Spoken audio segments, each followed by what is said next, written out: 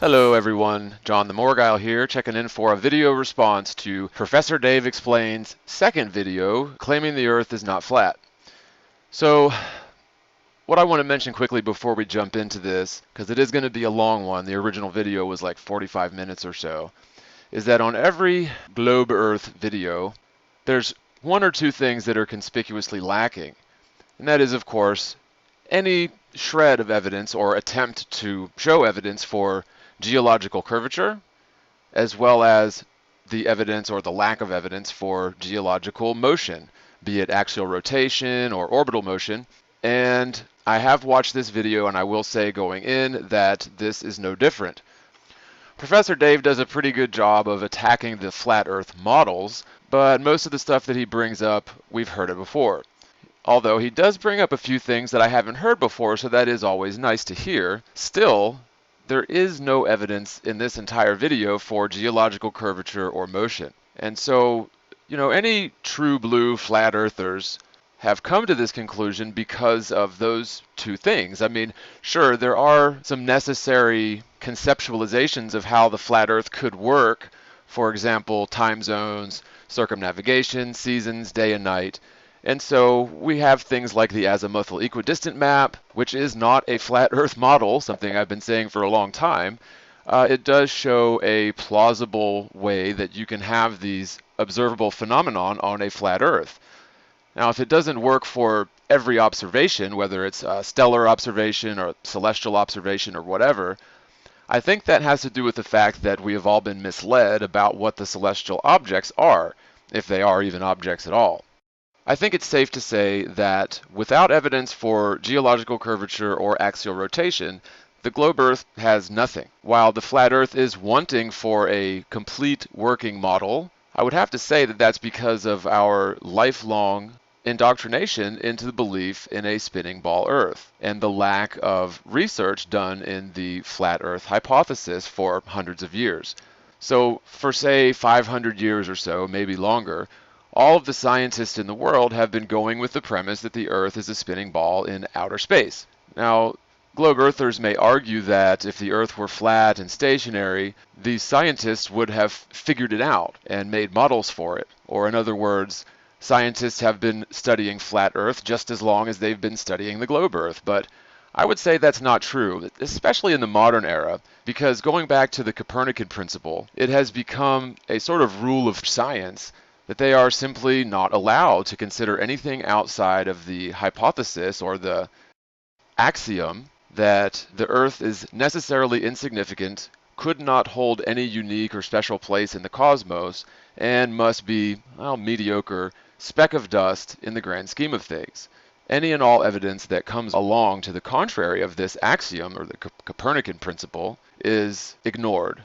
And the refusal of theoretical science to consider hypothesis outside of a principle that must be followed no matter what evidence comes your way, well, deems them non-scientists. At any rate, perhaps it is the case that we are not meant to understand the entire world or the entire so-called universe or how the sun and the stars work. Perhaps it is beyond our capability of understanding.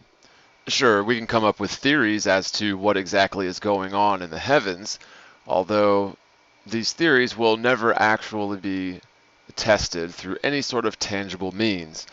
So, for example, you can use spectroscopy, which is very accurate for analyzing the light signatures to determine what sorts of materials are giving off that light. However, when it comes to celestial light sources, spectroscopy is not scientific.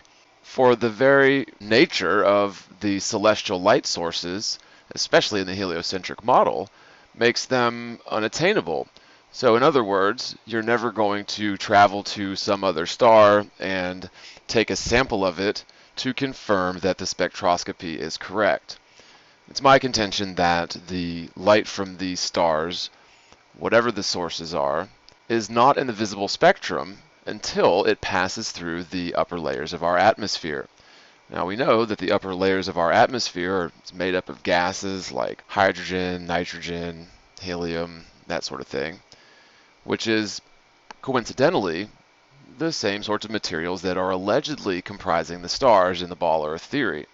So the point is, instead of the stars being comprised of such low-density gases undergoing the theoretical process of hot atomic fusion, the non-visible radiation from the stars could be rendered into the visible spectrum as it passes through the upper layers of the atmosphere. So if the upper atmosphere is acting as a sort of diffraction lens which renders the non-visible radiation of the stars into the visible spectrum, it could yield results in spectrographic readings which are being misinterpreted. In any case, this all resides in the realm of theory, as nobody will ever travel to the stars to take samples and confirm the actual makeup of the stars. It really just seems to be too much of a coincidence that the upper atmosphere is comprised of the same types of gases that are claimed to make up the stars. Okay, so I got off on a bit of a tangent there. Let's get into the video from Professor Dave Explains, and we will respond in turn. I'll start with the only valid criticism you had of me, and that is that I misrepresented your model and didn't research it enough. You're right. I didn't look up almost anything you believe. But now that you've told me so many of the things that you do believe, even better, let's go through how all of them are wrong. Since I botched your model so horribly, let's go straight to yours. You know, this should not be about you researching what we believe. This should be about you measuring the Earth for curvature and measuring the Earth for motion. These are pretty basic things, geometry and physics. Geometry literally means measure the Earth etymologically, and physics in its most fundamental form is the study of bodies in motion. Now, there should be overwhelming evidence for the Earth's curvature as well as the Earth's motion if it were in fact a spinning ball, traveling in multiple directions simultaneously along curvilinear paths at mind-boggling, incomprehensible speeds. The fact of the matter is, not one single shred of evidence exists to support the claims that the Earth is a ball with a specific amount of curvature over any number of miles, or that the Earth is spinning around on an axis, traveling in 4 or 5 different directions simultaneously. I'll quickly mention that during your entire education, I can assure you that the expected amount of Earth curvature over a given distance was never covered in any class. If you ask 100 well-educated people how much curvature on the Earth should you expect to see over a given number of miles, they'd have to do some, pretty intricate calculations, and you couldn't just go to some textbook to look this answer up. Now, I will mention that if you ask any number of flat earthers what this vertical descent due to curvature should be on the hypothetical ball Earth, they would all tell you exactly what formula that you could use to determine the expected vertical descent due to curvature. Now, this ought to tell you something. It is the flat earthers who know the geometry about the ball Earth, and it is the ball earthers who are ignorant of the geometry of their own hypothetical ball. Now, I'll mention that the formula that you can use to determine the expected vertical descent due to curvature over a given distance is just shy of 8 inches per mile squared, 7.98 inches per mile squared. If you apply this formula to lots of very distant observations where you can see lighthouses, ships, mountain ranges over dozens or even hundreds of miles, you will find that this curvature that you should have on the ball simply does not exist. I can assure you, Professor Dave, that the last time you skeptically analyzed the hypothesis that the Earth is a spinning ball was when you were a child. At that point, you were convinced that the Earth is a spinning ball, and going forward for the rest of your life, up until now, you have gone with the assumption that the Earth is a spinning ball and never revisited the subject skeptically. From where you're sitting, of course, it seems absurd to consider that the Earth may be a spinning ball, and it's not even worth your time to think about. Now, you can go along forever and argue about models, but I would really love to see physical evidence that the Earth has curvature and physical evidence that the Earth is in motion. And I'm not talking about the apparent motion of the stars. That is not physical evidence. I'm talking about measurable acceleration of the Earth. And yes, indeed, there should be acceleration. Globe Earthers typically claim that you don't notice the motion of the Earth because it is a non-variable motion. So it is claimed that there is no acceleration to the Earth's motion, but that is categorically in contradiction to the ball Earth theory.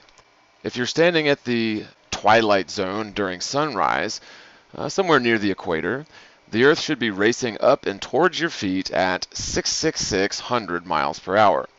12 hours later, standing in the twilight zone of the sunset, the Earth should be traveling down and away from your feet at 66600 miles per hour.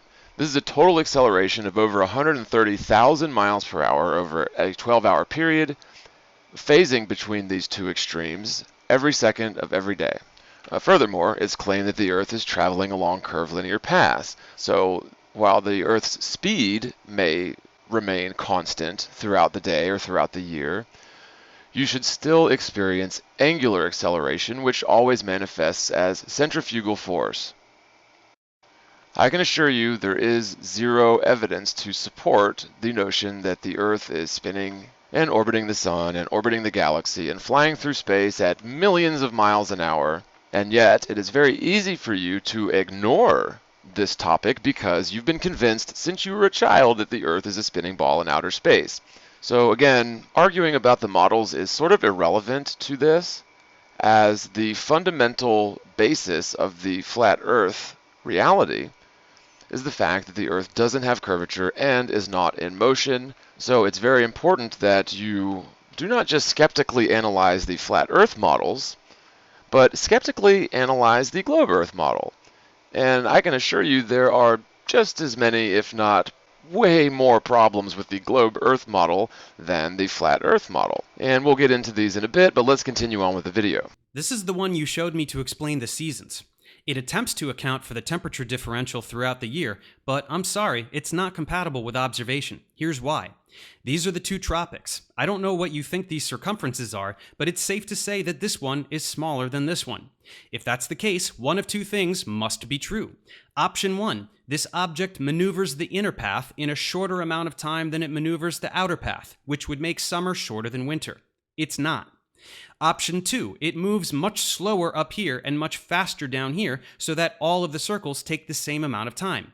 That would mean the sun moves through the sky at different speeds throughout the year. It doesn't. The sun moves 15 degrees per hour at all times, which anyone can verify for themselves with the naked eye. So sorry, this model doesn't work. Okay, so for starters, have you ever personally gone and measured the length around each of the tropics? I'm going to go out on a limb here and assume that you have not. And so you can't rightly say that the Tropic of Capricorn is not longer around than the Tropic of Cancer. Now, if you go even further south to the South Polar area, there are historic accounts of mariners trying to circumnavigate east to west the South Polar region. And according to many accounts, the South is indeed far longer around than the North, which does lend some credence to an AE sort of a layout to the Earth. Now, there are some other layouts, or you can say models, for lack of a better word, that have Egypt in the center of the AE projection as opposed to the North Pole, and the sun's path takes on an entirely different route throughout the year. I will quickly mention that the functionality of the azimuthal equidistant map is not intended to measure distances starting from some point in the tropical area and measure distances from east to west or west to east. That is entirely misusing this map. The AE projection is only intended to measure distances from the center of the map south, and that would be any direction towards the outside edge of the map. What you're doing when you misuse this sort of map is tantamount to taking a Mercator projection, looking at the equator, which is representing a 25,000 mile line from east to west, and then looking at the, say, South Pole area and stating that the Mercator projection is completely inaccurate because the South Pole is a single point on the bottom of the hypothetical sphere, yet it is represented as a line equal to the 25,000 mile line representing the equator. Furthermore, the AE projection starts with the assumption that the Earth is a ball, maps that out onto basically like a Mercator projection, and then transposes that onto the azimuthal equidistant projection. So there are, I believe, inherent flaws in the layout because of the assumptions going in. Furthermore, to your second point, is it not so that the center of a ceiling fan circles the center at a slower rate than the outside edge of the ceiling fan, although each portion is in fact rotating at the same speed, say 15 degrees per hour? So it is possible to have an object that is rotating a central axis travel at the same number of degrees per hour, although the radius is variable. Now, let's remember that we are getting off into the weeds of models here, which is an interesting conversation. However, the most important thing that must be done by any globe earther is to measure the Earth for curvature and measure the Earth for motion, which, again, it's never going to happen in this video, but I have to keep that point on the table because it is pretty easy to get lost in the weeds of models and celestial mechanics. Now let's go to the one you showed me for night and day. We all know that precisely half the Earth is experiencing day and the other half is experiencing night at any given time.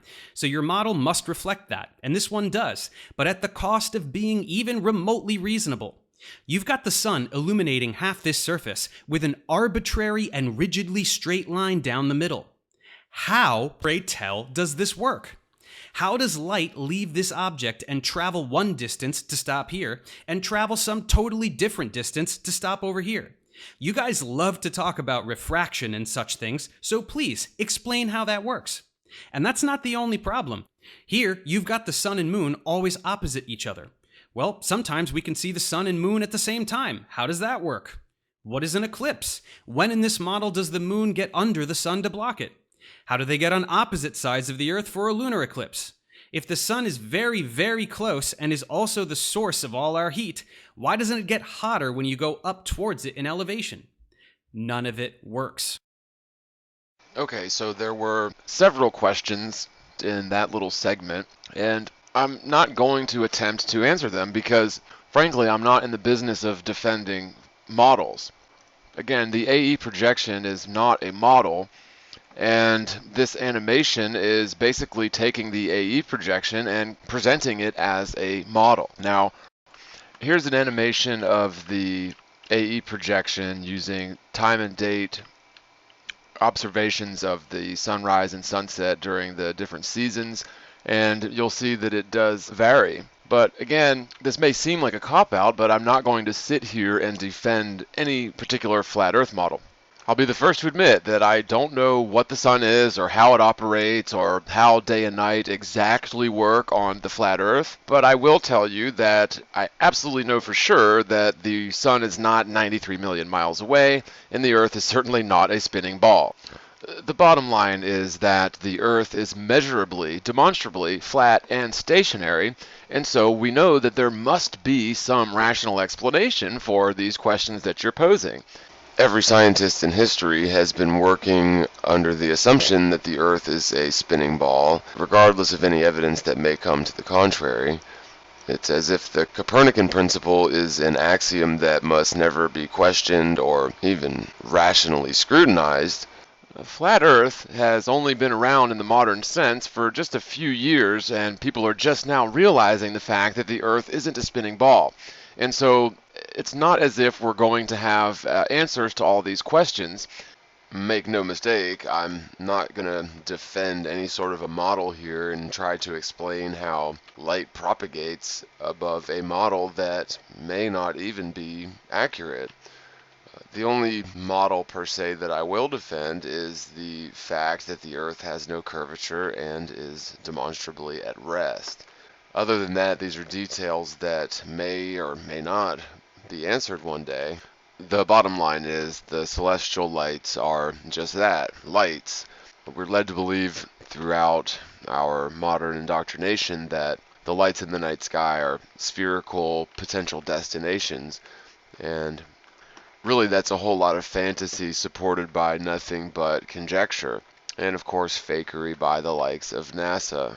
There's good evidence to suggest that the celestial lights may be plasma and may not be physical objects at all. In truth, no one has ever traveled to, nor will anyone ever travel to, the celestial lights. So in that context, there really is only conjecture as to the makeup and the source of the celestial lights. And of course, no matter what we say, the globe earthers are going to scoff at us and think that we're crazy because, well, for example, we don't believe that the sun is 93 million miles away. The sun is clearly local. Just look at high altitude footage of the sun, and it becomes very obvious that it's not an object that's, 100 million miles away off in the distance, but it is relatively local and shining down upon the Earth. And of course, using plane trigonometry, basic geometry, the sun is measurably local.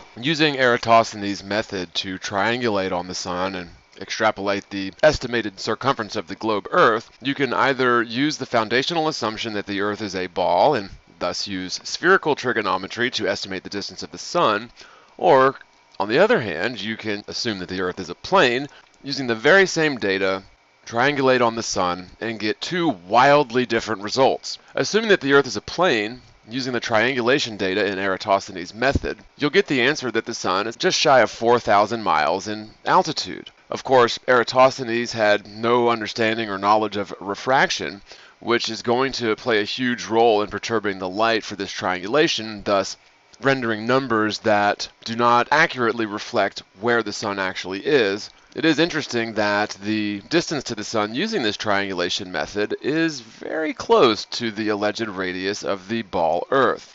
The point is, using Eratosthenes' method to triangulate on the sun and estimate its distance either on a flat Earth using plane trigonometry or a globe Earth using spherical trigonometry does render results that are vastly different, although both are mathematically correct. We know that there are seasons, we know that there is day and night, and so, again, there must be some rational explanation for this. Now, whether we will ever 100% adequately explain exactly what the sun is and how it works and why the sunlight behaves in such a way that it does, perhaps we will never have answers to all these questions, but we can certainly try, and again, such answers to those questions are not necessary to prove the Earth is flat and motionless. One of the questions that you posed was, what are eclipses? And, that's a great question. And I think we should really look at that one in the ball Earth theory. During solar eclipses, according to the heliocentric ball Earth theory, the moon is transiting the sun and thus casting a shadow upon the Earth. This is the only instance in all of theoretical sciences where celestial bodies interact with our world to the point where we can actually tangibly measure the shadow of the moon, assuming that it is in fact the moon that's transiting the sun, which I believe it probably is. Typically, the moon's shadow is about 75 miles in diameter, although this does vary from eclipse to eclipse, and there have been a few times on record where the moon's shadow was measured as little as 2 or 3 miles in diameter. Any person who has studied shadows, even just to a cursory level, knows that you cannot cast a shadow that is smaller in angular size than the object obstructing the light source. The shadow of such an object will always be at least as wide in diameter as the object itself, and will often be much wider in diameter than the object obstructing the light source. But never can you show an example in nature where an object's shadow diminishes in angular size proportionally with distance from the obstruction. Now, in order to explain this away in the ball Earth theory, the umbra and penumbra phenomenon was purported, which basically claims that the sun's light converges upon itself at some point in space between the sun and the moon, and thus diverges from itself in order to cast a shadow that diminishes in angular size down to a point when it hits the Earth. Now, this is all well and good in theory, although you can never demonstrate a single light source and single obstruction that cast a shadow that diminishes in angular size with distance. This is an absolutely ridiculous theory. However, this umbra and penumbra phenomenon completely contradicts Eratosthenes' method to estimate the circumference of the Earth. In order for Eratosthenes' method to work, you must have the sun's rays attacking the Earth or the Moon at parallel angles to one another. According to the Umbra-Penumbra theory, the sun's rays are wildly diverging at the point where they hit the moon, thus casting this very peculiar conical stylus-like shadow in order to apologize for observation, that the moon's shadow is very, very small in diameter compared to the alleged size of the moon. So it's claimed that the moon's diameter is 2,000 miles. Yet, the moon's shadow during eclipses is often 75 miles in diameter, and even as small as 2 miles in diameter. Now, this is absolutely absurd according to the ball Earth heliocentric values. This is a good example of how evidence is ignored in order to preserve the belief in the ball Earth. And again, contradicts Eratosthenes' method to estimate the circumference of the Earth. However, when you're allowed to take theories and turn them into facts by simply writing them into textbooks, even though these facts may contradict these other facts, as long as you convince all generations of toddlers that they are in fact facts, then you will have, many years later, doctors who call you stupid for not believing that the moon is 2,000 miles in diameter, 250,000 miles away, yet casts a shadow that's sometimes a couple miles in diameter, completely contradicting any sort of experiment or test that you can perform with light and shadows, and of course completely contradicting Eratosthenes' method to extrapolate the circumference of the Earth. But, this is standard when it comes to the ball Earth theory. There are so many contradictions in the ball Earth theory, it's laughable when someone comes along and points out the contradictions in the flat Earth model, simply because, well, primarily, the AE projection is not a model, and although many flat earthers do claim that it is, I will reiterate yet again that the AE projection is not a model. It is an azimuthal equidistant projection, which is good for measuring distances from whatever point you choose to be in the center and away from that point. And of course, you absolutely cannot measure distances east to west or west to east for some far southern destination. Again, you can only measure distances on this projection from the center south, but not east to west. Of course, the far southern latitude lines appear to be longer around than the far corresponding northern latitude lines. That does need to be measured in the modern era, but if you look at the accounts of mariners who were circumnavigating the far south, it does appear that the far southern latitude lines are longer around. Now, there may be some accuracy to the AE projection. It may be completely wrong, but even if it is 100% wrong, does not disprove that the Earth is flat and motionless. One day, perhaps we will have an 100% accurate working model of the flat Earth, but such a thing is not necessary to prove that the Earth is flat and motionless. We've barely even started, but let's review. We are trying to explain just two phenomena, seasons and night and day. To do this, you have two different models, both of which are incompatible with observation, but furthermore, they are incompatible with each other. Why can't you even attempt to explain both of these phenomena at the same time? Going back to your day and night model, it's weird because you said that the sun moves between the tropics. Why isn't that shown here? Because if you did show that, you'd also have to change something about how far the light reaches, which would make this already absurd graphic even more absurd.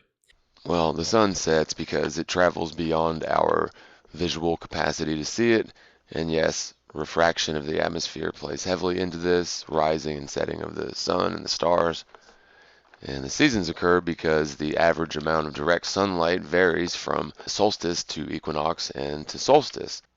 Flat earthers don't pretend to understand exactly what the sun is or how it operates, but we do know that the Earth is flat and motionless, and so there must be some mechanism which allows for the seasons, and the AE projection does an okay job of showing how this is possible on a flat Earth, although it may not be the correct model, because again, the AE projection is assuming a ball Earth, mapping that out onto an azimuthal equidistant projection, and you still have the fundamental misunderstanding built into the matrix of that map that the Earth is a ball.